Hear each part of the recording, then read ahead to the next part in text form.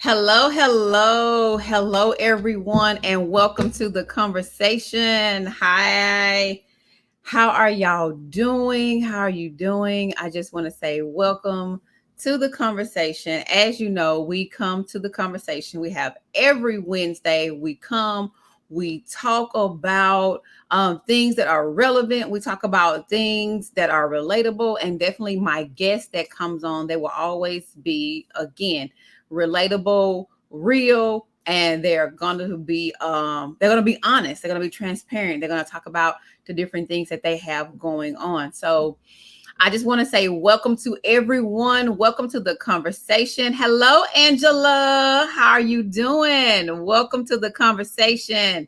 Whoever is tuning in, if you are joining the conversation for the very first time, this is your first time joining the conversation. Hey, there is a conversation community. We have a community that joins in with us every Wednesday. And if you would like to be a part of the conversation community, you can join by three ways. You can like us, you can share us, or you can make a comment. That is how you can be a part of the conversation community. One thing about the conversation community, they know, we know that, hey, even though me and my guest are talking, it is also a conversation with you and I and our guests in the comments. So, whoever is tuning in, if you have a question for our guest, hey, tune on in, chime on in, and, let's talk about it, whatever it is that you want to talk about. But so, without any further ado, I want to bring on my guest that we have for this evening. And we have Chris Brown in the house. Woo! Hey, I am super duper duper excited. I can't wait to be a part of all that you have going on. So this is just the beginning.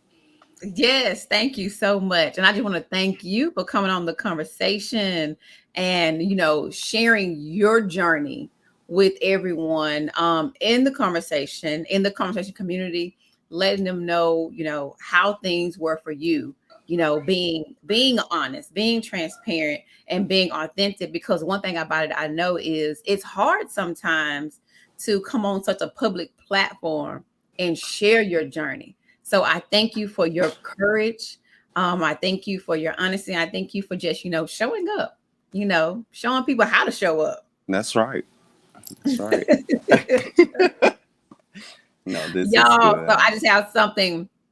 I have a funny to share. Y'all know I try to be funny every now and then, but it don't go right. But anyway, I have a funny to share that me and Chris, we go back so far back. So far I'm not back. gonna date myself, but he can do that for himself.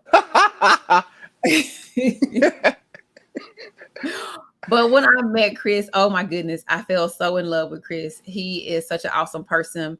Y'all, his accomplishments, the things he have achieved, he is when you step in any environment with Chris, one thing about it that he's definitely going to do, he is going to pull you up.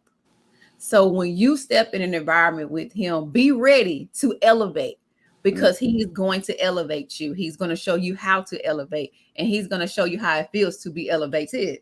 Oh So yeah. all I got to say is, get ready, get ready, get ready, And in the words of TD Jakes, if you ever If you get a ever. chance to be in the presence of Chris Brown, definitely get ready because he's going to pull you, he's going to elevate you. And then sometimes he's going to make you feel uncomfortable. But one thing about it, in order for us to get to where Yeah. we want to go, in order for us to grow, we have to get uncomfortable.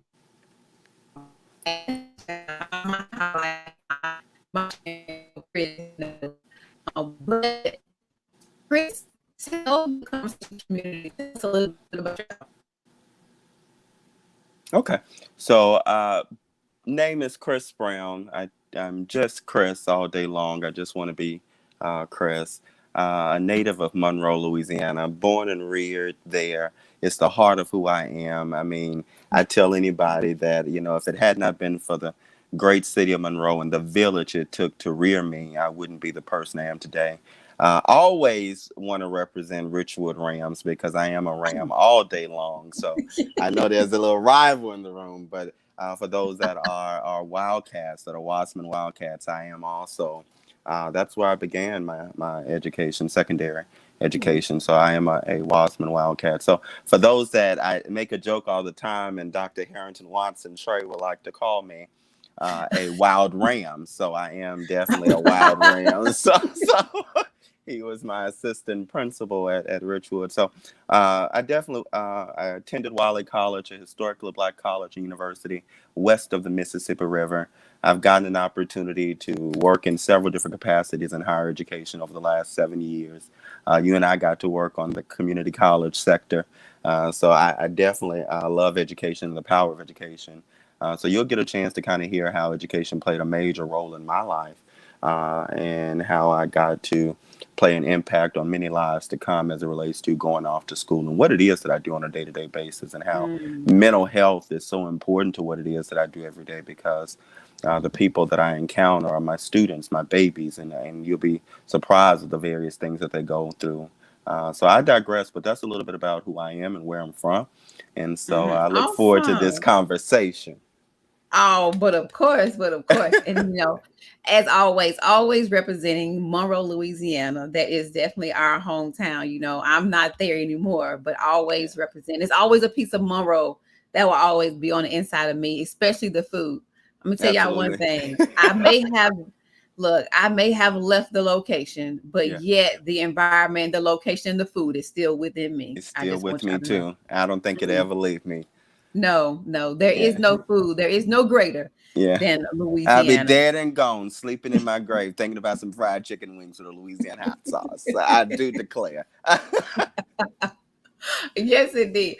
But so before we do get into talking about your journey as it relates to mental health, first I would like to talk about what mental health is, what are some of the different symptoms, what are some of the different things that are in mental health. And so what mental health looks like is that we have, oh, we're going to bring Chris back on. Oh, there he is. And so Yeah. what mental health looks like, mental health can be depression, mental health is anxiety, mental health is post-traumatic stress disorder, someone who Mm-hmm. has Mm-hmm. OCD disorder. These are the different factors of mental health. And these are might be some, and I named these because these are some of the common ones that people talk about. But there are Yeah. different other disorders that are within the mental health field and within the mental health, I want to say disorders, like I say, within the disorders. So again, Mm-hmm. you will see depression, anxiety, PTSD, OCD, and things like that. And so, and what the symptoms look like, especially when we talk about depression and anxiety, what those symptoms look like, they can be anger, it can Mm-hmm. be feeling sad or a lost interest, frequent crying, excessive Mm-hmm. worrying. Some people might feel like, I think about something, but if you consistently think about the same thing or just different things, that is excessive worrying. You might be worried about what are you going to cook. You might be worried about your children having clothes. You might be Yeah. worried about your job. You might be worried about your boss. And sometimes that the people that are in our environment can also be bad on our mental Yeah. health. I know y'all have heard of someone talk about a toxic situation or a toxic person. They too can play into your mental health. And if you're uncomfortable with being around someone or uncomfortable with being in an environment, you should Mm-hmm. remove yourself. And I'm saying remove yourself in the regards of you want to make your mental health a priority. And I'm going to repeat that again, but you want to make your mental health a priority. You want to Oh, make yourself a absolutely. priority. And so, again, just some of these symptoms that it looks like anger, outbursts, temper outbursts, feeling sad, excessive worrying, frequent crying, lost interest, heavy fatigue. You might gain weight or you might lose weight, You might Yeah. find yourself overeating. Like, again, these are just some of the symptoms. And if you see anyone with these symptoms, with these signs, it might be a family member, it could be a coworker, it could be anyone that's close to you, and you might notice that some things within them have been changing, that their patterns have changed. You know, decide to have that conversation with them, or just do a check-in, check in with them and just kind of see how they're doing. Because again, mental health plays a big part in someone committing suicide, in someone Yeah. harming Paying themselves. attention is so important. Yeah. Yeah, Yeah. definitely. You want to pay It's attention paying and attention. watch You the want to pay signs. attention. Pay attention to someone withdrawing themselves.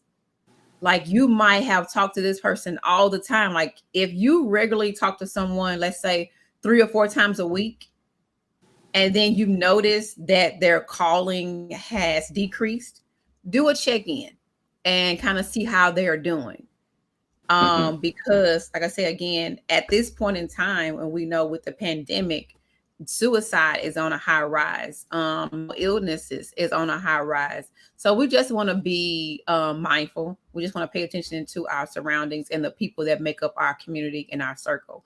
So just support our loved ones, support our friends, and support our colleagues the best way we can. And if you might not have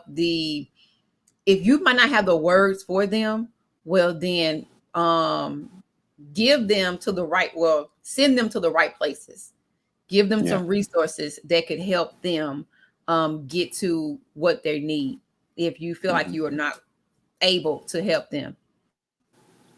So I mean, I said all that really just to say just to give signs and some things about mental health, because we can't just always feel like people know what it is. Yeah. And so that's why I want to give a little bit of information. But let's get to our guest, Chris Brown. Oh, Chris, oh, Chris, oh, Chris. So you giving us a little bit about yourself, definitely telling us you're from Monroe, Louisiana. And Chris, you have written a book. Hmm. Hmm. So can you give us a little bit about your book, or what inspired you to write your book? Well, I have to. Uh, okay, so first off, the name of the book is called Antron, and Antron is my middle name, and the reason why I named it Antron, Antron, is because everyone knows who Chris Brown is. Hmm. Everybody knows who Chris Brown is for the most part. But I wanted them to get a chance to know who Antron was. And Antron faced some incredibly interesting mental health experiences that caused me to be, as you've called off the checklist, depressed. I Hmm. was overwhelmed. I was worried. I was fearful. All adjectives to describe depression. And one of the reasons why is because there was an era in my life that I was not necessarily for sure or confident to the highest limit of what I thought possible to know who Chris Brown is or who Antron is.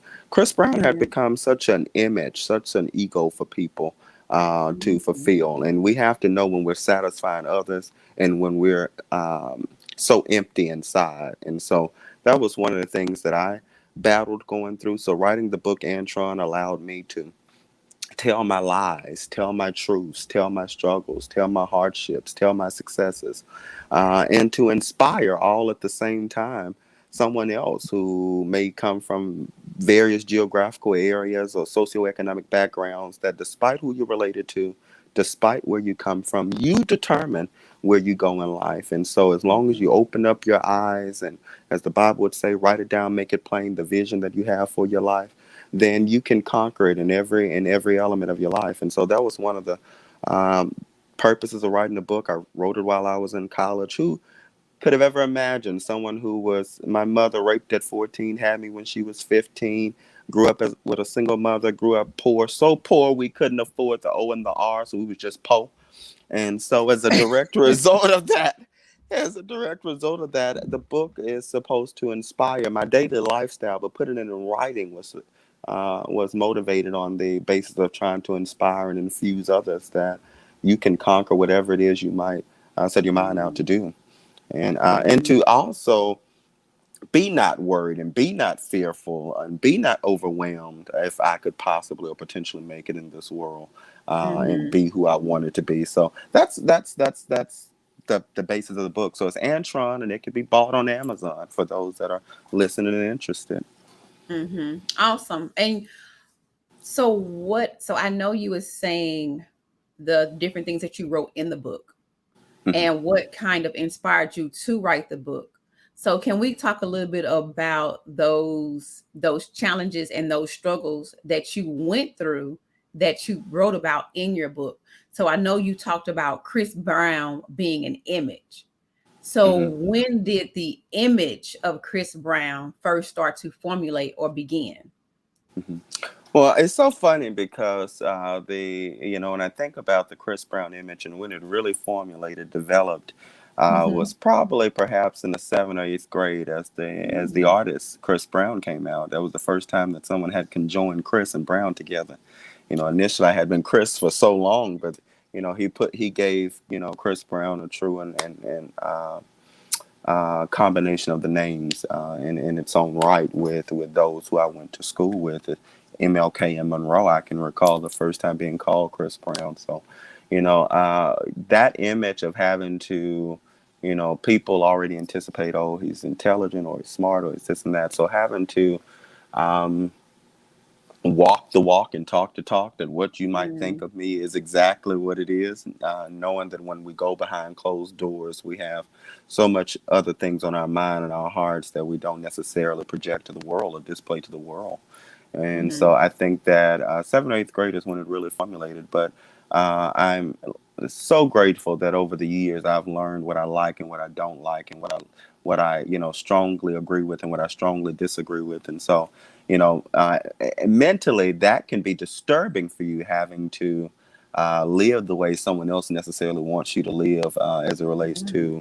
as it relates to what you project to the universe. And so keep in mind that what you give to the universe is what's going to come back to you. Some people like to call it karma. Some people like to say it's the Bible, reaping what you sow. Newton's law and signs like to say what goes up must come down. But whatever the case, know that what you put into the energy of the world is what will come back to you. So trying to produce better energy, great energy over the Mm-hmm. years and learn has been my number one objective on how I can be peaceful. Peace comes with understanding the Mm-hmm. things that you like and that you love and that makes you happy. And so I think it's imperative that we know that from the job. Yes, yes, awesome. So I want to go back to, you said you're talking about living how others want you to live. Hmm. So you talked about the image of Chris Brown really formulating when the pop singer Chris Brown, Hmm. Hmm. graced the stage. And Yeah, so true. now everyone is calling you Chris Brown, Hmm. due to, like I say, by him gracing the stage. But do you feel as though when they combined your name, that they had a certain standard for you that you hadn't yet given? Oh, absolutely. Well, yeah, to an extent. I I would like to think so. And that's never been a question I've truly been answered before, and I guess that's the great thing about the conversation. But uh, yeah, absolutely. I think that when I look back over it, those peers of mine at the time saw something that I didn't necessarily see in myself at the time, Mm, even if it was mhm, a style of leadership or whatever they might have saw at the moment. But I'll tell you this: I'm so happy that I've been able to pay attention. People will show you who they are, like Dr. Maya Angelou, if you just watch them. And I'm mhm, really grateful that I learned from either the mistakes that it was that I did as a mhm, direct result of what the expectations were of me. So mm, sometimes we make decisions based off the expectation for us, but we have to make the decision about life and the things that we stand on based upon our mhm, life teachings and our upbringings. And so For me, yeah, I can say, yeah, they definitely had a sense of expectation that I didn't recognize at the time. Mm. What a question! What a question! Well, thank you. Thank you. So, and now going back to those expectations that they had of you, could you give us a little bit about or share with us some of those expectations that they had on you that someone else might be able to relate to and see, like, hey, these are some of the things that society or my community is placing on me, but not necessarily that this is the true me. Oh yeah. I think about initially, anyone who knows me know even in the eighth grade, ninth grade, I was always involved in the political process. And I think about my beginning days helping the late Judge Darrell Blue run for judge in that seat, or thinking Mm-hmm. about, Tammy Lee as she sits on the bench. And those were some of my beginning campaigns. Who Mm, knew that eventually I would get a chance to work with governors and United States senators and presidential candidates and so forth and so on. But some of the beginning things that my peers would expect of me was, I think, forming a true mindset on what it was to be pro-choice versus pro-life.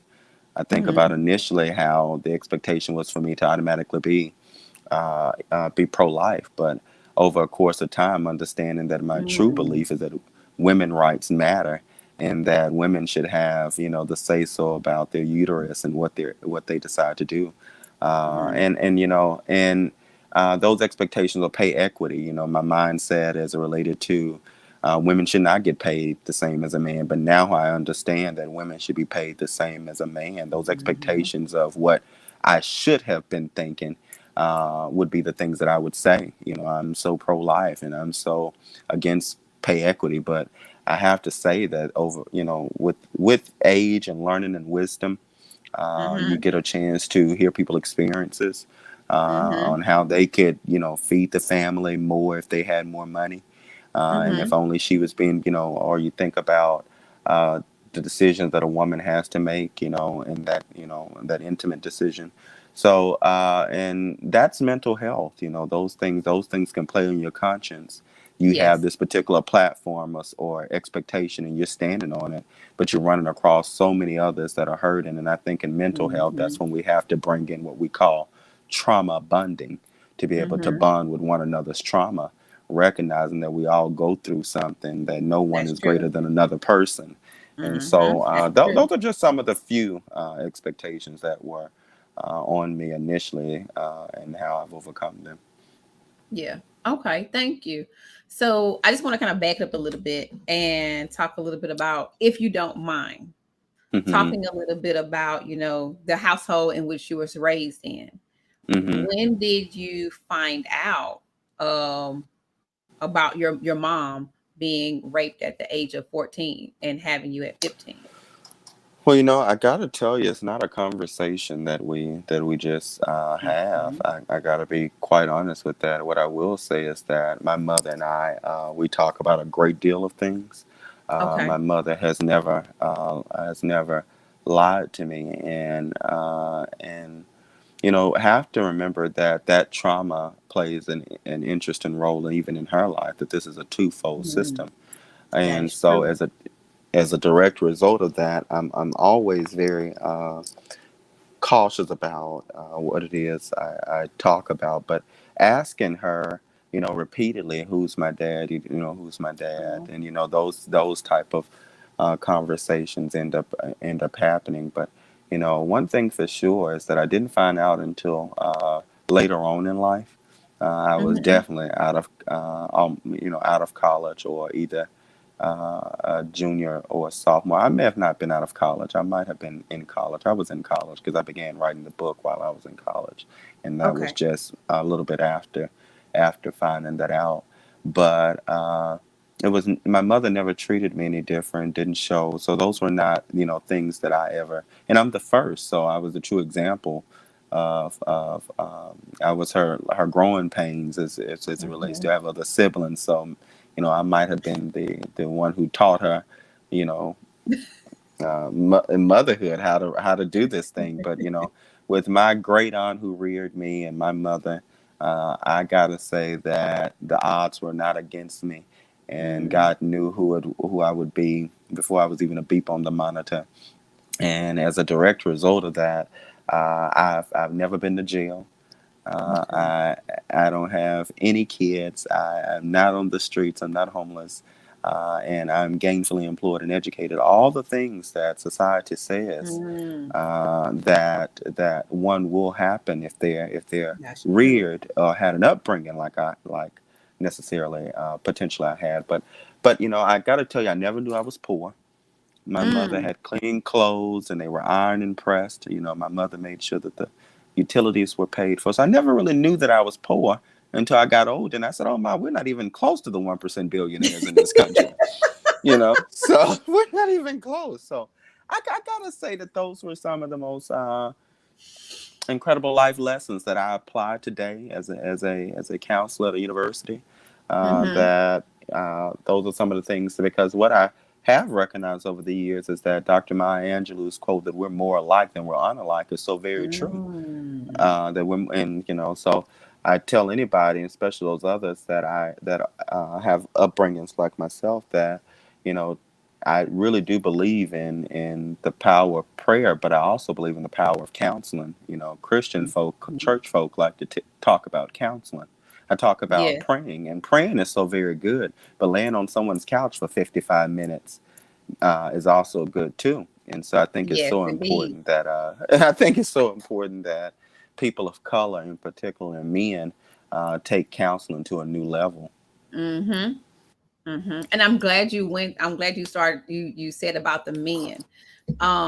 So can you tell us what is it with men that is hard for men to express their emotions? Or did you ever find it hard to express your emotions? Well, I am also a very unique individual. So when it comes to talking things, I've always been a talker, Okay. but everyone's not a talker, and you have to Yes, pay that's true. attention to, you would say, the signs that they give in order to uh, pay attention or to determine what it is that they could be going through. So Mm-hmm. that for me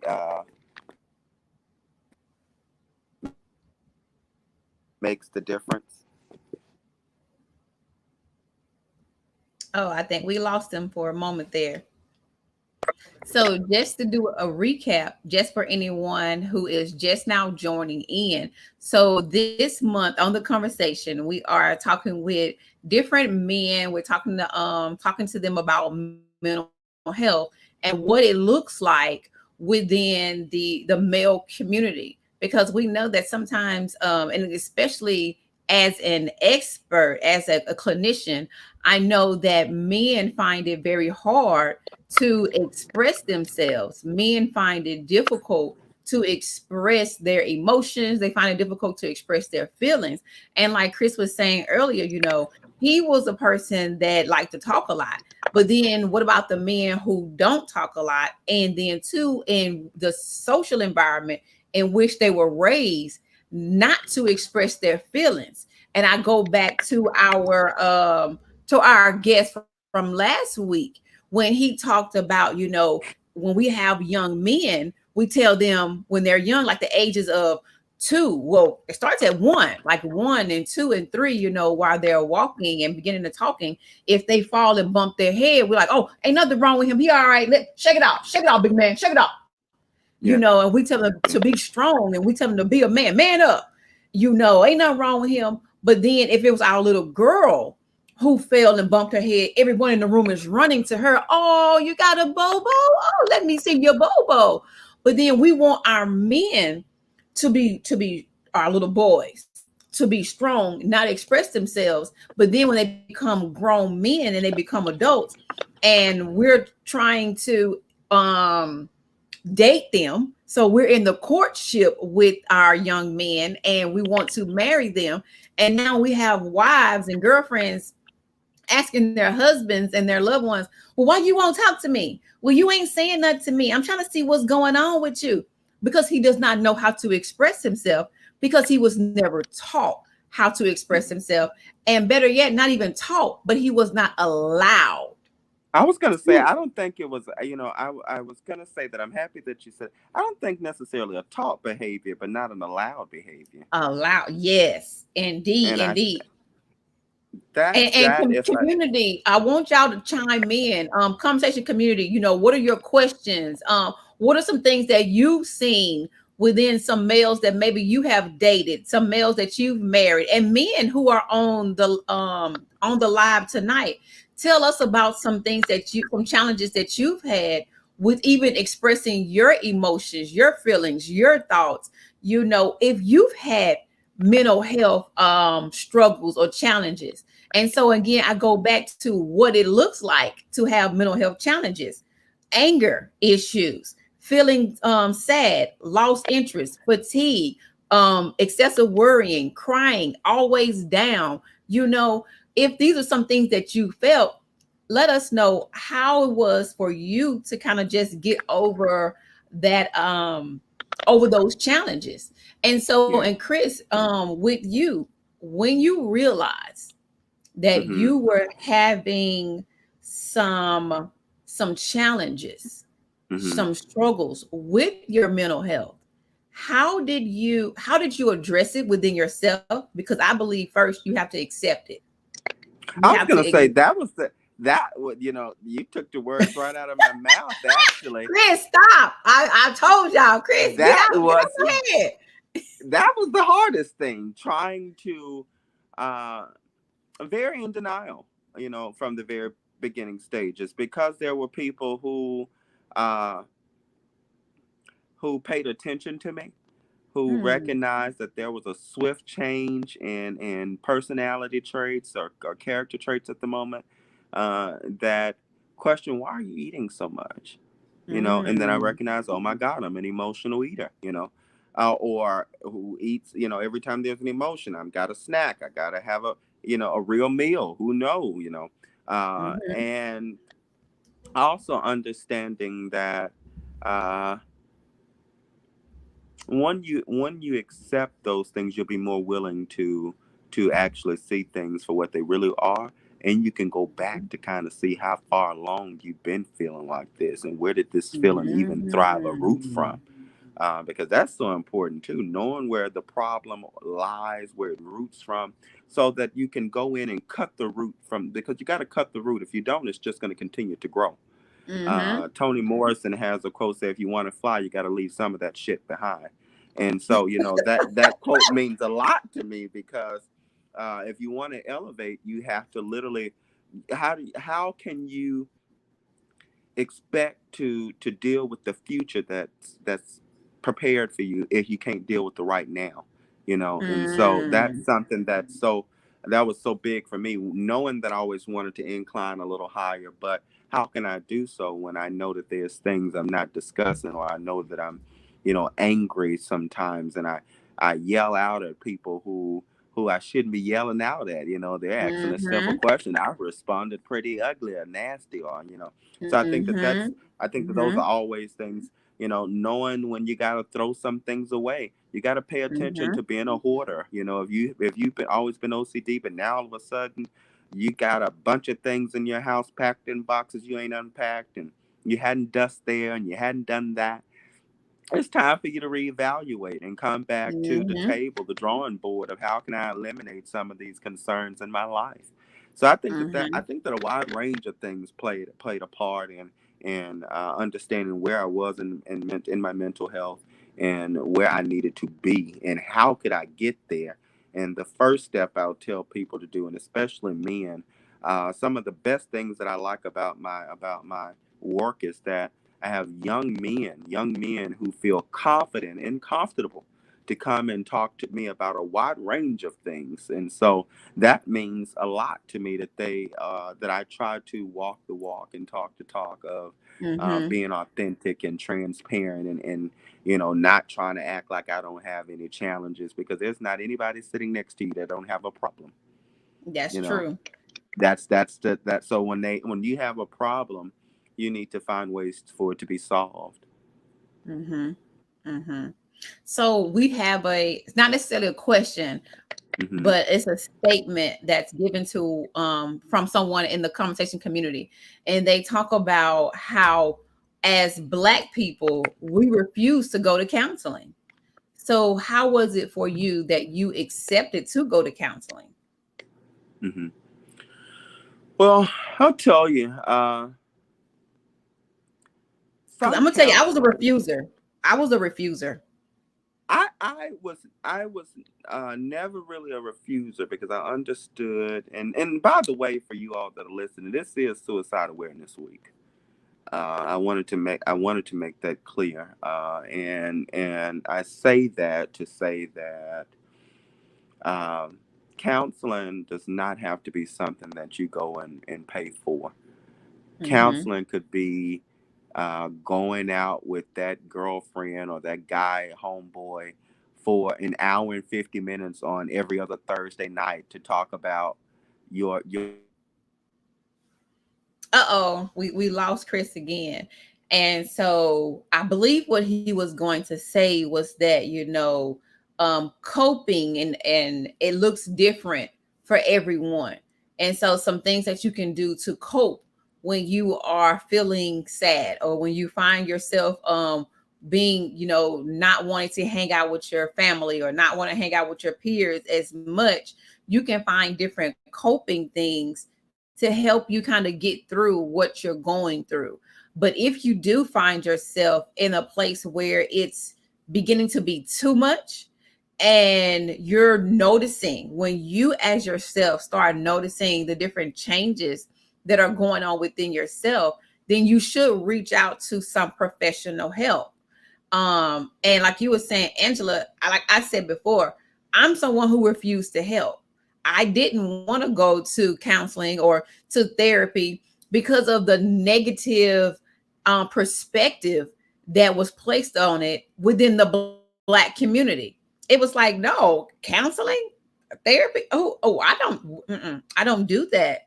No, I'm too I'm too well put together, and it's nothing wrong with me. When someone told me that I had so much stress on me, I'm like, no, like that's not. I I'll go pray about it, and that's how I'm going to deal with it. But not understanding that yes, prayer does work and prayer does change things, but also having that support and that advocate of someone to talk to, having someone to talk to outside of your immediate family or your immediate circle. Sometimes it's hard expressing yourself when you are around people who know you so well, so they know the past things that you've done, or they know your mistakes, they know your failures. And so when you go to them to say, well, I'm trying to not do this, or I want to fix this, sometimes we have family members that's like, oh please, you know what, anybody got time for you? Look, last week you was on the corner, you was smoking weed, or the week before that you was running around here with all these girls, or you was running around here with all these men, and look, come to me when you really want help. But we're not understanding or not paying attention to notice that they're asking for help. If and the way people ask for help, it looks differently. Everyone is not going to come straight to you and say, hey, I need help, I have a problem. But you have to notice the signs of when someone is coming to you asking for help. Someone might ask you, hey, you notice something different about me? That's their way of asking for help. Or you might have someone who might lash out. And in the lashing out, because they don't know how to communicate, they don't know how to express their feelings, that's their way of asking for help. So it's just noticing those signs in which our loved ones or our people from our circle are asking for help. So again, if there's, from the conversation community, this is definitely a conversation. So what are some questions that you have? What are some challenges or some struggles that you yourself have dealt with? And like Chris was saying, this is definitely a highlighted month. And I guess they're really highlighted this week on his school campus of Suicide Prevention Month, suicide awareness, because suicide is really, really high. It's very high, especially dealing with the pandemic, because we have people who they've lost loved ones, they've lost their jobs, they have lost the many things for them that makes up their makeup, that makes up who they are. And so that's hard because they're going through a grieving process of losing the very things that they have went to school for, or the very things that they felt like that was them, like this is their identity. And which is a whole nother topic for another day. That's not your identity, but for them, that's what makes up their identity, is their job, is and also having their family around. Everyone has that family support, that family love. And it's hard these times. What we're dealing with right now is very hard. So again, to anyone that's out there, chime in. Let me know, what are some struggles that you're dealing with? What are some challenges that you've had? Men who are out here on the live, what are some challenges and struggles that you've had as a male with expressing your feelings? And when was it for you? Or if you know, or if you've acknowledged that you have struggles or challenges expressing your emotions. Yes, Angela, you are definitely right. Angela says so many cry out for help and will never be heard until it is too late. And you're absolutely right. When a lot of times it is too late. And so, what can we do before it is too late? So, we want to bring back our guest, Chris. I bring back our guest, Chris Brown. You let Hey, me tell you, you huh? gotta know that you had given me such clear directions, and seemingly I didn't follow at least one or two of them. Oh, I know what you're So talking about. yeah, so nonetheless, but thank God for technology, okay, people. So, but no, I definitely wanted to say something else that you I heard you say a few moments ago about identity, and that's one of the things I think is so important for people to do when it comes to identity. They're so focused sometimes on uh, that DNA of others. But I said Mm, before, when you put your thumb up to a screen, your DNA is the only one that comes up on the screen. mm-hmm, We're so busy trying to, the world will adjust to us. We don't have to adjust to it. So I think that that's so important that we come up with what our identity will be, mm-hmm. because there will become a time where we'll be sitting on the porch and we'll be telling the story of how we got over.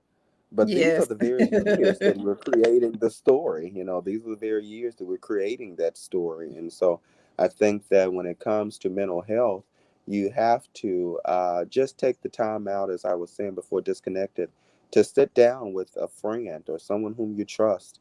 One of the things Mm-hmm. that Bishop T.D. Jakes says is that there's three types of people that you're going to meet for the most part in your life. One is your constituents, those people of whom you serve, and then the Mm-hmm. next are your comrades. They're not for you or against you. They're with what you stand for at the moment.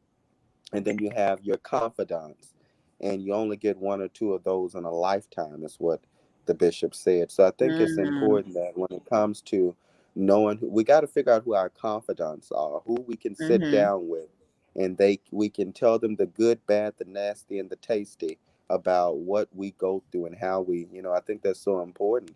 That mhm, so counseling does not necessarily have to be something that's invoiced or cost you. It could just be a matter of going to take a walk. If you're a writer, learn to write more. Take the mhm, time out to write. As long as you keep telling yourself that you don't have the time to write, or I'm not a good writer, then you'll continue to have a blank piece of paper. But until that time comes, you have to come up with ways. If you write music, if you paint, if you Mm-hmm. skate, whatever it is, you Yes. have to find some peaceful things in your life uh, Mm-hmm. to Mm-hmm. to get your mind clear and at a space where Yes. it can move to that Yes. next level. You're right. And those are the things that we like to call coping skills that Chris just named. Coping skills. That's Chris it. just Coping named skills. all the different coping skills. That's right. Writing. Just as long as you get your thoughts out and put them Yeah. on paper. A lot of people, when we talk about journaling, they think about like Hmm. actually, sitting down writing a dear diary. No, Yeah. that is Yeah. not what journaling looks like. Journaling is just taking your thoughts out of your mind and putting them on paper. And you would not believe the calmness and the Yeah. peace that comes with just getting the thoughts out your mind and putting them on some paper. Even if you Hmm. just have to take your pen and just scribble over your paper, Dribble. do That's it. that. Let it You all know, out. yes, because guess what? At the end of the day, this is for you. This is for your peace. It's for you. It's to help you in whatever situation that you might be in. And like I said, um journaling or writing, drawing, if you like to draw, Hmm. music, Hmm. or if you like to sing. Yeah. Heck, oh, excuse me. Something else that we do is I have I have Play-Doh. Yeah. I have some kind of, it's like a stress ball, but it's not necessarily a Hmm. stress ball. It's some it the way that it feels, it is so soothing. And Yeah. so I give that to a lot. Ooh, I give that to a lot of my clients just because it's Hmm. comforting. Something else that I found out that works. Oh my goodness, wonders.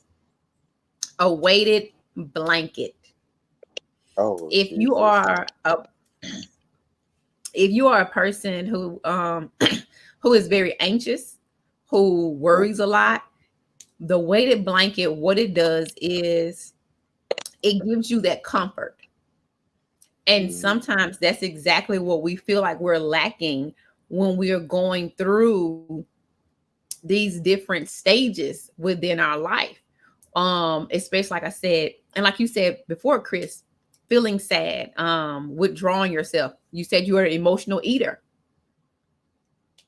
That the weighted blanket really just gives us a sense of Yeah. security, a sense of support. And so it is very good. Like, hey, I'm an advocate for the weighted blanket. So anybody who y'all, it makes me just sleep so much better. I just feel so comforted. Like, yes, because I have my challenges and my struggles when it comes to my mental health, but it's just being able to manage it. And I've gotten to the Hmm. place over the years. Now it has definitely taken me some time. So don't think that Because it's not going it to happen happened overnight. overnight. Yeah, It's not going to it happen definitely did overnight. not happen overnight. But yet I found the different coping skills, the different things to help me cope and manage with my anxiety or Yeah. my depression whenever I was in depression. So we have a Chris. I mean, we have a Chris. Yeah. We got a question. Okay. So we have a question. It says, Chris, when did you realize it was okay to be okay with who you are? And Chris Brown, the friend, the son, the educator, the counselor. Oh, Angela, that's a good one. Angela, that was really good. In fact, I got to tell you, uh, well, one of the things for sure, I started reading this book some time ago when it first came out, and it was a very good book. And it's so crazy that I had been saying all of this, all of alone, that um, Michelle Obama's book Becoming, and in the book Becoming, she talks about it. She talks about what it is to be more than a first lady, more than what it is to be a mother or a daughter, and that I'm other people. I'm an attorney. I've been an administrator. That there's other things that allows me to be Michelle. And so that was one of the things that I had to learn. But I'm so happy I learned it before. Her book came out, so it gave me an opportunity to truly understand exactly where she was coming from. Uh, Mm. for me, I have been a, you know, political figure. I have been an educator. I've been a counselor. I've been a son. I've been a friend. But each of those things, I have to recognize and truly understand what time management means, and to Mm. manage my time doing those things. So, uh, my mother, I talk to my mother 3, 4 times out of a 7-day week. We FaceTime, we talk. I don't visit home much, and especially not during the COVID era. But even during this time, we recognize that COVID has played its true, you know, heaviness on people's mental. Yes. And, thinking about people have lost their lives and lost their jobs. And, we Mm-hmm. think about, President Trump and how he says that he didn't tell us because he didn't want us to panic. But what happened Mm-hmm. when people that we were so close to was dropping dead and we knew not the reason of Mm-hmm. their dropping dead, or when we went into stores and couldn't buy toilet paper or so many other Mm-hmm. things, or or couldn't leave our house, couldn't go be amongst family and friends, and so I think about being a good time manager, being Chris all day, every day, in every element of my life, but recognizing that when I leave being a counselor, to turn that phone on do not disturb at the moment, because we have to Mm-hmm. learn that uh, their concerns, their challenges can weigh on us. It takes me an hour and 20 minutes to get to work every morning. That's a round trip. And I think about the things I go to work in the morning on my mind, of things that students have said or coworkers Mm-hmm. have said to me, and the things that I take, home with me every evening. So my second book will be called "Who Counsels the Counselor?" After a long day, because you got to remember the counselor is human, and he or she also has, that what they hear all day plays on their mental as well, especially Mm-hmm. if they're It does. compassionate, if they have some sense of sensitivity about what they've heard. So learning to when I'm in that space, rocking with that space. And when I'm out of that space, enjoying the space that I'm in. So once I leave Chris and go to be a son, I enjoy my son moments, I think, or and vice Mm. versa. When I'm with my friends, I recognize what friendship is, and what it is to be around them or to talk to them. So I can assure you the same things I talk about as a counselor, not the same things I talk about as a friend, or even with my mother being a son. So I think that knowing the place and the timing, Mm-hmm. and it is the most important thing. Yeah. Yeah. Awesome. So give them a little bit about, I know before coming on, we was talking about being authentic and our Hmm. true selves. Hmm. So when was it for you that you realized that you stepped into, let me say that you stepped into being your authentic, your true self, when you was like, look, I'm not going to be what everyone else wants me to be. I'm going to be who I want to be, who I've created myself, or not necessarily created, but who I want to be. Hmm. It's interesting enough that you asked that question too. I got to tell you that because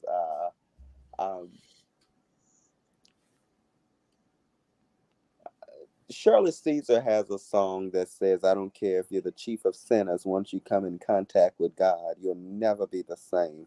Mm, And in that song, I think about, or just in general life reflection, I think about what it means to have met that moment of authenticity, and what it meant to be truly genuine about, or transparent about, or sincere about who I was. It's almost like a weight lifted off of your conscience and who you are. mm-hmm, And I know that, uh, you know, my best learning experience of when I first came into true authenticness was 2011. Almost, almost a little over 11, almost 11 years ago. And one of the things that made me knew that I had gotten to that point is that the stuff that you were concerned about so freely saying at one stage in your life or one time in your life, it just comes out so fluently, like you've been saying it all your life. So Mm-hmm. that's when I knew that I had gotten over certain things or had moved on Mm-hmm. with certain things. But for me, 2011, moving from Monroe, Louisiana to Texas, going off to college, having to really be the example, but also execute everything I have been taught for years about, Mm-hmm. what it is to do and to don't do. Uh, I was telling someone that people aren't born racist. People aren't born, a part of the LGBTQ community. People Mm-hmm. aren't born, these things. It's developed. Feminists, people Mm-hmm. aren't born feminists. Over a course of time, there's some part in your life of developing that Mm-hmm. you say, you know what, I can love who I want to love, or you know what, if I want to be a feminist and fight for these things, I can fight for them if I want to. If Mm-hmm. I want to, and all of those things are what's important in the conversation of being mentally accepting of who you are from a wide range perspective, uh, Mm-hmm. and and with understanding that there are others that look like you out there who are facing some of the same concerns but can't even imagine how to even, get to the point that you've gotten to. A lot of Mm-hmm. it came from bumping my head in certain places, tender headed in certain places, uh, but you shouldn't keep bumping your head in the same place. Eventually, you should learn from that mistake and kind of move on with life. You know what I'm saying? So for me, Yeah. 2011, moving to an entirely new geographical area was good for me. Meeting new people, knowing that who I wanted to be in life was not that far reach. You and I were talking about that. That it's in reach, for those that are questioning how long, we don't know necessarily how long it'll take to get there. But if you Mm-hmm. work daily, just like consistency in depression, you have to be very consistent on trying to come out of the depression. That's true. And you got to be strong enough. You have to be strong enough to not allow the depression to overpower you. Despite who you might have seen it overpower, know that you're not that person. Know that you have the power to overcome whatever circumstance or challenge it may be. So I think that it's a wide range of things that come into effect when we talk. Oh, we lost him again. I don't know what's going on with his signal. But as he was saying, just stepping into being authentic, being his authentic self. Oh, I believe he coming back. Yeah. So I was about to, kind of just piggyback on the being authentic or being your authentic self. Is Oh, trying you to read muted. those comments, people. When you try to read those comments and you don't know how to work this technology, somehow you log You yourself off. can't. What are you doing? See, y'all, You this is my first time. See, she failed to tell y'all that in the introduction that was so well, beautifully given. But she meant to tell y'all that I'm so new to the StreamYard system, can't. and sometime I think I was born in 1913 because I have such a difficulty with technology. So pray my strength in the Lord. But I assure you, I won't try to read any more comments. No, you cannot. You have to read them afterwards, after the streaming. Yes. You can't keep trying to read them while you're talking. And that's what I mean by transparent. Now, you caught me 6 years ago, 7 years ago, and we were doing this technology. I had to come over here and say that the call dropped. Not, wouldn't be so honest about my ignorance of technology. So, And I so I'm telling you all that you will be better after a while. and it is nothing wrong with it. There's nothing wrong with that. Look, don't you try to read no more comments. I will give you the comments for you. There they go. Hello. Hello, Nurse Bradley. She is our school nurse on the front lines. It seemed like my mother hugs and kisses is on as well, Renita Brown. So I want to definitely thank you all for joining. We have had a blast in our conversation about depression. Dr. Brooke Woodard, the great Dr. Brooke Woodard, is on. And oh, look at my little sister Piggy is on. So I definitely want to thank you all for joining for sure. Look at all those shout outs. Now, you all know if this was BET, I couldn't give all those shout outs like that. No, you could not. You would have to wait. So, but but just to bring it to a close, everyone, again, you know that this month we will be having more guests coming on, definitely talking more and more about mental health, males and mental health, what it looks like within the male community, what are some of the struggles, the challenges that they have with we were talking about earlier tonight, just expressing themselves. What are some of the learned behaviors? Where are some of the other areas in their lives that they've noticed that it has shown up? And just even back tracing, Chris talked about it earlier tonight, talking about, we got to cut that thing off at the root. But I got one even better for you, Chris. We got to dig that thing up. Whew. Well, I And, get a little tired, so I like to call. No, no, that was good though. That's definitely good. and you know what? And I got that from my good girlfriend, Heather Coleman, when she talks about, we got to uproot, uncover, and dig. So, we definitely have to do that when we are dealing with different things that we have in our life, and what are some things that we are wanting to overcome, what we want to work through. And in order to work through these things, in order for the healing to begin, we have to first acknowledge that there is something going on. And then once we acknowledge there's something going on, we have to accept it within ourselves, because we can acknowledge it and we can be aware of it, but never accept it. Yeah, true. And so now, after we have acknowledged it, we have to accept that something is wrong and accept that, hey, maybe I need some help. Maybe I Yeah. need some help. Maybe I need to go talk to someone. Maybe I need to, if you're close to a family member, reach out to some of my loved ones, and see, just to have a casual conversation, because what I am feeling is different.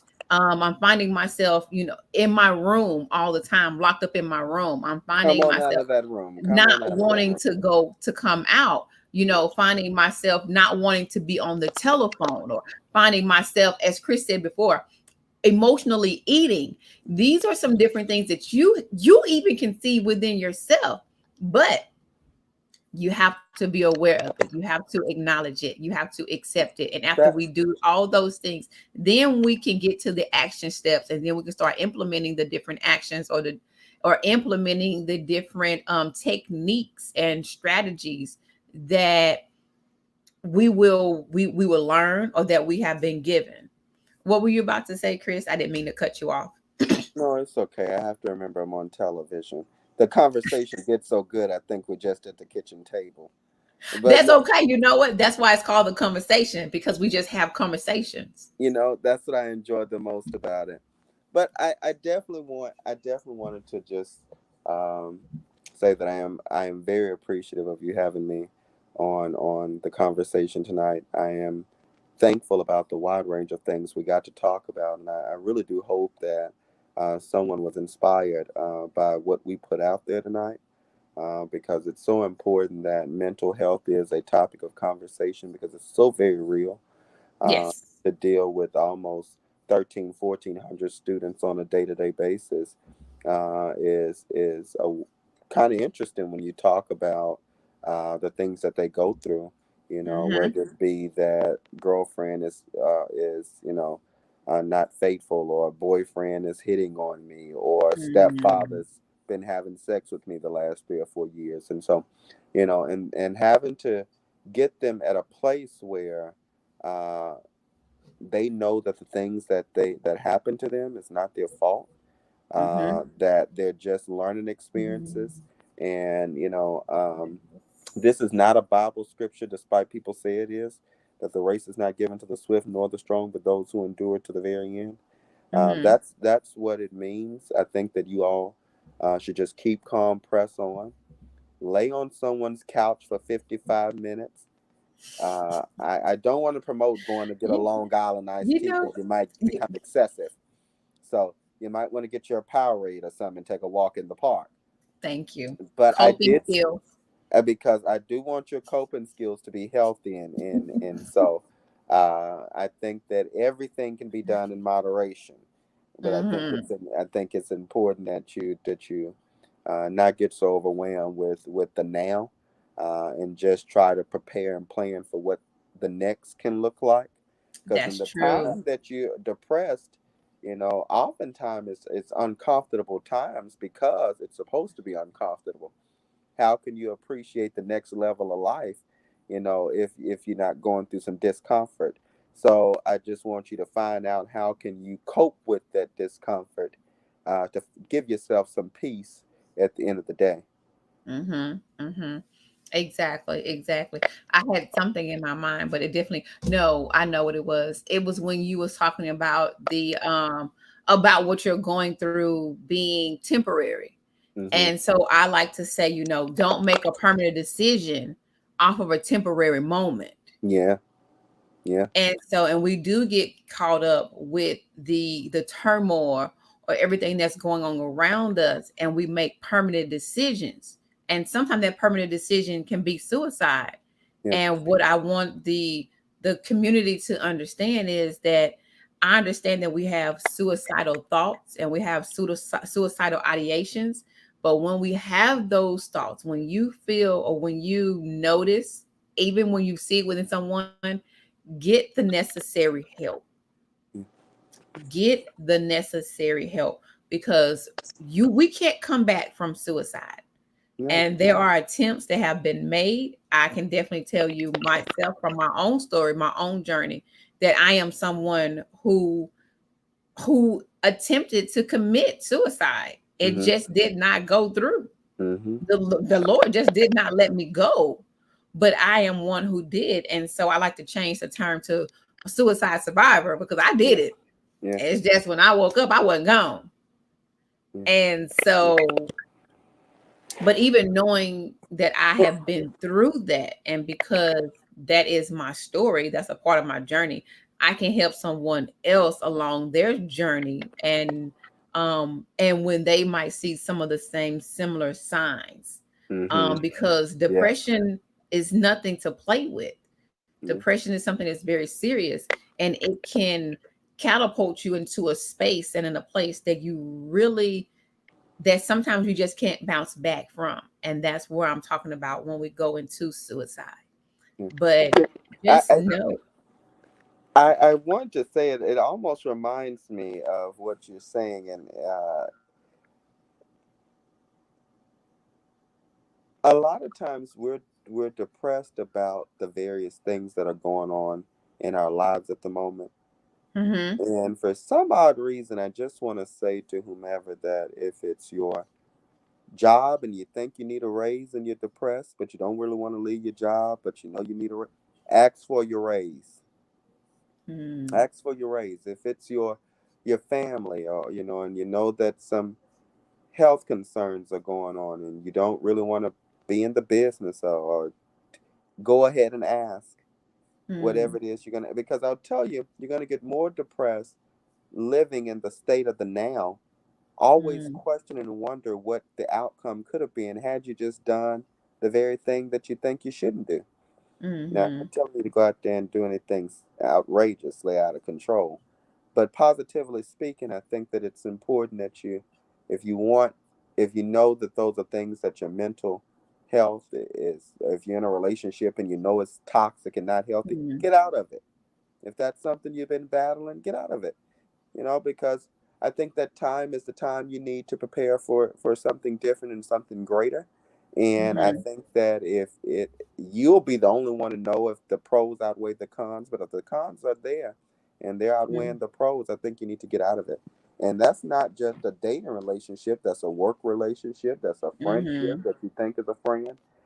Because a lot of our stress and challenges and people of color at high regard, uh, you know, suicide, but as well as strokes and heart attacks as a direct result of not dealing with the things that we go through. Now, I'm not going to look at the comments, but I did see something pop up. don't look after the fact. Okay. Hmm. Why do I see your eyes looking?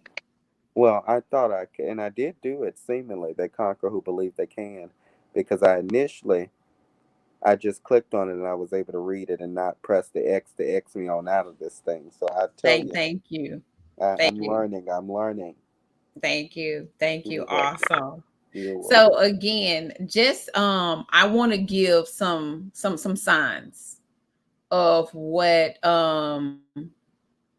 some I want to give again some signs of anxiety, depression. I kind of named some of the common ones, but I want to give some signs. I want to give some things that we might notice within, like I said again, your loved ones, within your colleagues, within some people that are very close to you.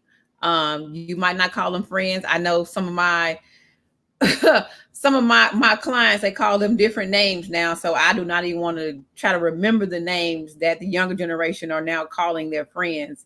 But if you have signs of frequent crying, excessive worrying, if you are feeling on edge, or if you are tense, if you are having anger outburst, if you have loss of interest, if you have loss of energy, if you have fatigue, if you have weight gain, if you have weight loss, something that Chris mentioned earlier, if you've been eating a lot, these are signs, these are symptoms that something could be going on. That you will need to go find someone to talk to. There are resources that you can find if you are a student on campus. There are resources on campus. If you are someone, you might be feeling like, I don't have the income. There are resources within the community where you can find free free resources, free counselors, and free therapists. Again, because depression, mental health is not a joke. I would say that again, that mental health, depression, anxiety, PTSD, it is not a joke. And so we do not play with it lightly. It is something that is very serious. These are some of the very things that have people have taken their lives over. And I just want to stress that to the extent of the severity of mental health. And that's why we talk about mental health. I highlight the men this month because I know that men struggle with expressing their emotions because they don't have and we talked about it earlier, they're not allowed to express those emotions at younger ages. And so the very things that we do at a young age, all the way up to our adulthood, it mirrors our past, mirrors our present, and for our future. And you ask me, well, how does it mirror itself? Well, guess what? You can tell me about your past traumatic experiences, and then I can help for your future. Now, we do say that your past does not dictate your future, and no, it does not. But in order for you to get over certain situations, in order for you to get over certain humps, in order for you to heal from your past traumas, in order for you to heal from your past wounds, we have to go through that process. We have to go through that journey. And so as you are going through that journey, going through that process, and going through that healing, because it's a healing. And this is not something that's going to happen overnight. You don't wham, bam, thank you, ma'am. It's not a magic one and you just automatically, no, that's not how it works. But there is a healing process that you go through. I have a lot of different resources that you can check out. One person that I just love very dearly, that I suggest her to a lot of my clients who I see have low self-esteem, who we need to build up our self-confidence. Her name is Alexandra L. She has a journal. She talks about affirming herself. I don't know if you can see this, but definitely please check out her work. She's awesome. She's amazing. Because In that journal, she prompts you to talk about a lot of different things that you might not necessarily feel comfortable with talking with your loved ones. Because again, therapy is good because you have an outside person to talk to, because you have someone to talk to who is non-judgmental, who does not know you, who does not know your mother, your dad, your uncle, your aunt, who don't know these people. So you can go to them and say, look, stuff ain't going right. I don't know why it ain't going right, but it ain't going right. This is what's going on today. And what they're going to do is, okay, well, let's talk about it. Okay. And then they're going to help you identify the other areas in your life in which it shows up again. And also in the different areas of which your past experiences, your traumas. So I know some people don't like to hear the word trauma because it makes you feel like, oh, this was something grand, or it was some like a hurricane or something that happened in your life. No, a trauma can be something that you witness. It doesn't necessarily have to happen to you, but you can witness, let's say, a car accident and it was traumatic for you. You can witness your mom being beaten by her husband, her boyfriend, and it can be traumatic for you. You don't necessarily have to be the one getting beat. Yeah. But I use that example, and I say that because again, I just want to highlight and I want to emphasize the seriousness of mental health. Now, it's not a lot of times that, you know what, I'm not even going to say that. But I just say again that mental health is not something that should be taken very lightly. It is definitely something that is very serious. And if you notice these signs and these symptoms within yourself or within someone in your social circle, please direct them to the proper resources. If you feel that you cannot give them the support that they need and they need additional services, please find the resources or help them find the resources so that they can get to the proper help that they need. Chris, I just want to say thank you so much for coming on this evening, for sharing about your story. I do want to tell you, you know what? Thank you for the courage to write your book, to write about your mental health within your book, and because it's public. Yeah. As he stated before, if you would like to buy his book, it is definitely on Amazon, Mhm. and it is called Antron. So you can go look up his book on Amazon. It's called Antron. And you can see more into his journey, dig more and deeper into the different components that makes up Chris Brown. Mhm.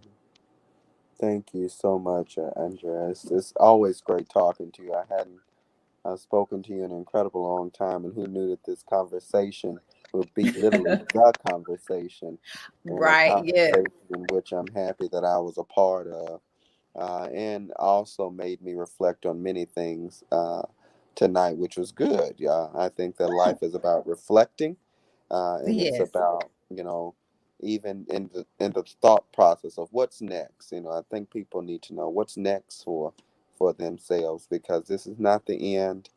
This is just the beginning for you. That's true. So Thank you. know that I definitely am. I want to commend you for the work that you're doing on the conversation. I noticed you've been doing this for some time now, and was extremely honored to know that I was on, could potentially be a person on your list of someone to be on this show. So definitely thank you a lot. Thank you. Thank you so much for even for accepting the call, for accepting the task to come and share about yourself and share about your journey. Because again, it takes the courage. It might look easy, but Yeah. again, when you're on in that seat, it feels like you're in the hot seat. It's feel like you're in the hot seat. you know, you but know. but definitely I don't try to make anyone feel like they're in a hot seat. Like I said, it's called a conversation because that's what we Mhm. do. We just have a peaceful, graceful conversation about your journey, about your experiences, and then I share some of my journey and my experiences. But I know the community, they've heard about my Mhm. journey and my experience, but maybe I should share more. I see in some of the comments that I feel like I should share more about myself and about my background because I don't want anyone to believe that I don't have the credentials Yeah. to go with my platform or Yeah. with my background. That's And it. Yeah. You know, yeah. it's always, you know, I was gonna say this too. It's always good to have this conversation. I think there's a lot of conversations that aren't being hosted, and as a direct result of that, if you people need a seat at the table, and I use this Mm, analogy often, that if you don't have a seat at the table, you're on the menu. If you don't have a seat at the table, you're on the menu. When we order a steak, the steak is typically not at the table with us. It's on the menu, so it's in mhm, the back being prepared to be cooked and brought out for savage time. That's the same thing as, self love. I think that self love plays a part in depression. It's one of the things that Dr. Maya Angelou says, and it's one of my favorites. It says, "Be careful when a naked man offers you a shirt. If he had a mm. shirt, he would have clothed himself first." She put that That's true in, though. and it's true. She put it in there with self love. That it's, be careful of those that tell you that they love you, and they don't love themselves. So that's why it's very imperative and vital that we pay That's true. attention to people's character traits and personality traits, and contribute to them as well as they should contribute to us. This is literally about energy. I said this earlier, that the energy we put into the world is the energy we get back to us. So we Mm-hmm. have to be sure to put good energy out there so that good can come to us continuously. Mm-hmm. And once you do that and focus a little bit on self, that's the problem. People are always trying to fill other people's cups up, but Mm-hmm. I ask You gotta God you gotta put your own oxygen mask on first on before you first can. before you can Mm-hmm. do any, And and that's everything what's else. so important about this That's true. conversation, is that it's important that when you're going out there, that people could really see you for who you are, and could Mm-hmm. really feel and could feel confident about having any dynamic of a conversation with you. And when that happens, Oprah Winfrey said that there got to be a time in her life where she couldn't be an emotional giver anymore, that Mm. she had to sit back and she had to think about and Mm-hmm. pray on and then execute what it was going to look like filling other people's cups up. She said, because Mm-hmm. there was a time she would, try to fill other people's cups up and she was so empty. She said now Yes. she asks, that she be so filled that her cup runneth over. And I Yes. think that that's an incredible thing to get to a point where you're so mentally at peace. Not to say that she doesn't have problems, because we know she has problems, but it's a difference for you. And so mentally, I want people to become more prepared with the fact that mental health exists, and Mm. that at any given moment our mental can flip. So it's good to be at peace and get a regiment, some sense of system going for us. So if it's affirmations that you need to wake up and write on the window that I am beautiful, that I am intelligent, that I am a hard worker, that I am great, whatever it is that you need to write down, to stick on your mirror in the morning, to get up to read, do for you. Yeah, Uh, I like do for that. you. And you're right. Do for you. And I say Do all for the you. time, you have to make yourself a priority. And I also I tell people that you have to feed people from your overflow, Yeah. but never from your cup. You Never from your never cup. feed from your cup, Yeah. because in your cup, that's what you feed off of. That's But what you if go you into. feed but if you feed people from your cup, like you said, when you're empty, then who's to replenish you? But so now you're overwhelmed and stressed out because you don't have anything to give out. And because people are constantly taking and taking and taking and taking, but nobody has filled you up. But then we get upset because the very people that we gave it to, because mind you, I want you to also take accountability and take responsibility for your action now, because we have given it out. So now we're empty. But what we do to keep that peace and to keep from being so empty is we feed from our overflow. And if we don't have it in our overflow to give, guess what? So this is when we start talking about boundaries. And guess what? If I don't have it to give, I'm sorry, I can't give it to you. Give it to you right now. But again, that's another conversation for another day. You know, I I can talk about boundaries and what it looks like to have boundaries. And boundaries are definitely something that we should have to help us continue to have peace, because we have to have that sense of peace so we can just continue to move on and to navigate through this thing that we call life. We have to have boundaries. And so, but like Chris said before, and I don't want to keep going on, but like Chris said before, you want to feed from your saucer, not from your cup. You fill your cup up. And if you don't have anything in your saucer to give, you don't feed from your saucer. You do you.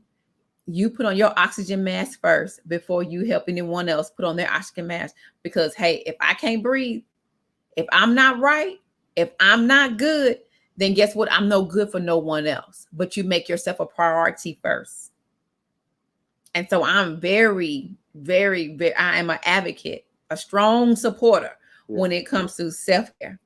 I'm a strong supporter when it comes to making yourself a priority. I'm a strong supporter when I say that self-care is not selfish. I am a strong supporter. And I believe in that, because I have had people tell me, "Oh, you must be selfish or you're this." No, I make myself a priority, because if I'm not good, I'm no good to anyone else. And it took me a long time to get there. It took me a long time to get here. But I'm going to tell you this. Now that I'm here, now that I'm here, Yeah, you'll be I like my surprised too. boundaries.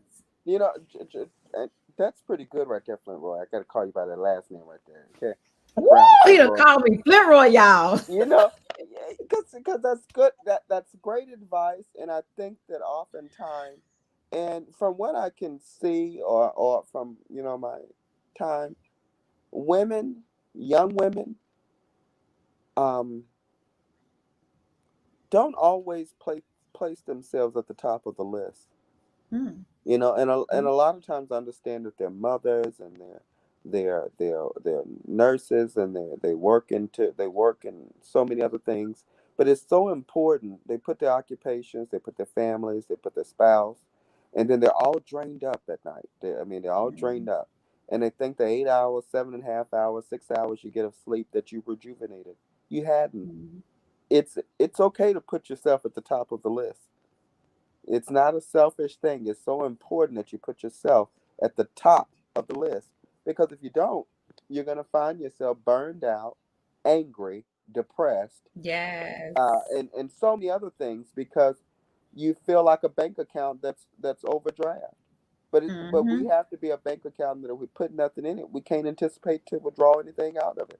Mm-hmm. So definitely fill yourself up. I digress, because I can stay on this topic all day long. I can talk about it all day long. But it is important that you all fill yourselves up. I want to.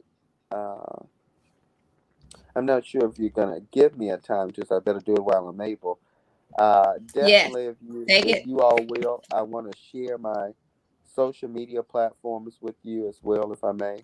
But my name is Chris Brown on Facebook. Chris Brown on Facebook, and it is at simply_CB, at simply_CB on Instagram. Those are the only two platforms that I have. I'm so sorry that I've not gotten into Twitter, or I told y'all about technology and me.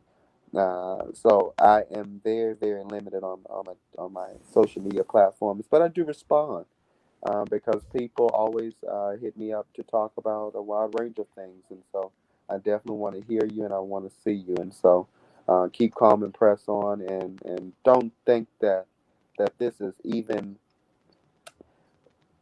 if you're going through a depression, it's you don't take it lightly. Do Deal with it not. head on.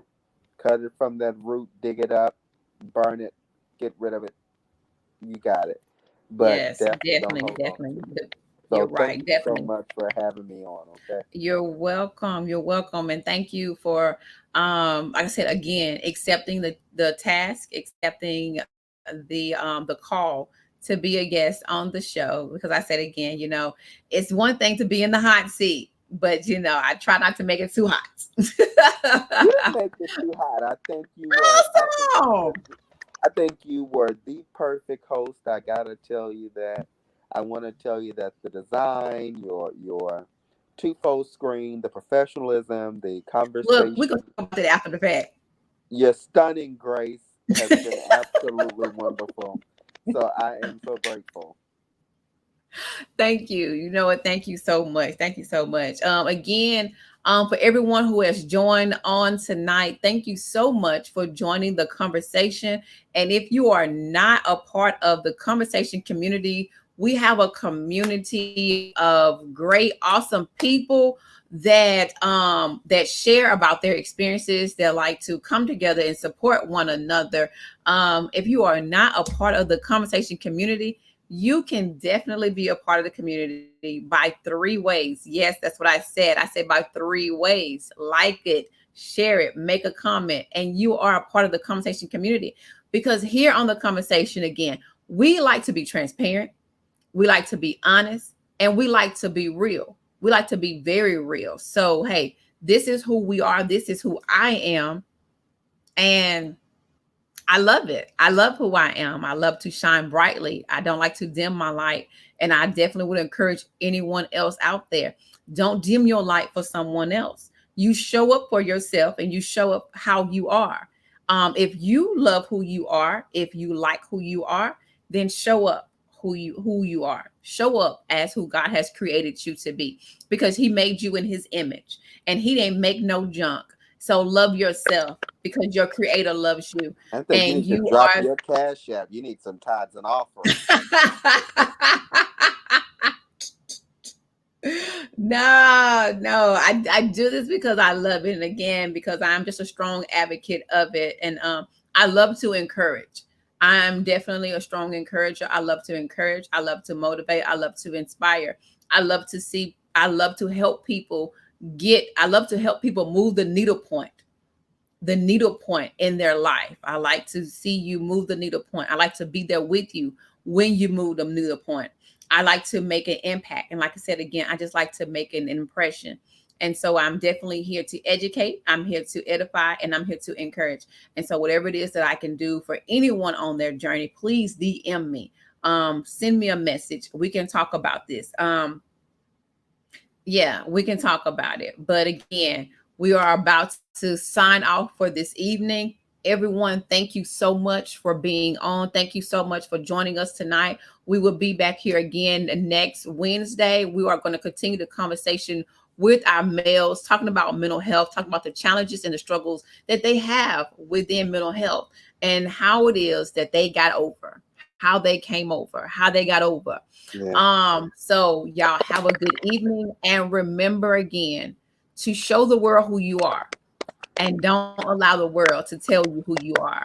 Have a good one. Peace out, everybody.